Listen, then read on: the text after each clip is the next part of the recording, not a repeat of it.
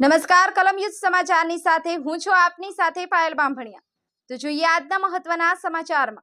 આમોદના હોમગાર્ડના પરિવારને વેલફેર ફંડમાંથી 1,55,000ની સહાય અર્પણ કરાઈ।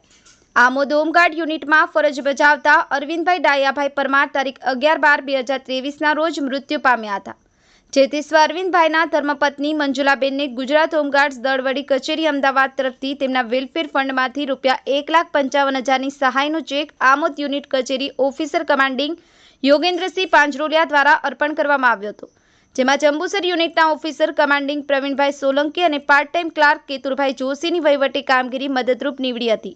હોમગાર્ડ યુનિટ તરફથી પરિવારને આર્થિક સહાય કરવા બદલ મંજુલાબેનના પરિવાર હોમગાર્ડ યુનિટનો આભાર વ્યક્ત કર્યો હતો। સફીક બાપુ, કલમ યુદ્ધ સમાચાર, આમોદ। અમારા પતિ શ્રી અરવિંદભાઈ ડાયાભાઈ પરમાર આમોદ હોમગાર્ડ યુનિટમાં ફરજ બજાવતા હતા, જે તારીખ 11/12/2023ના રોજ મૃત્યુ પામ્યા હતા। જેથી હોમગાર્ડ યુનિટ અમદાવાદ વડી કચેરી તરફથી તેમના વેલફેર ફંડમાંથી ₹1,55,000ની સહાયનો ચેક આજ રોજ મને આમોદ હોમગાર્ડ સ્ટાફ તરફથી મળેલ છે, જે બદલ અમે હોમગાર્ડનો આભાર માનીએ છીએ।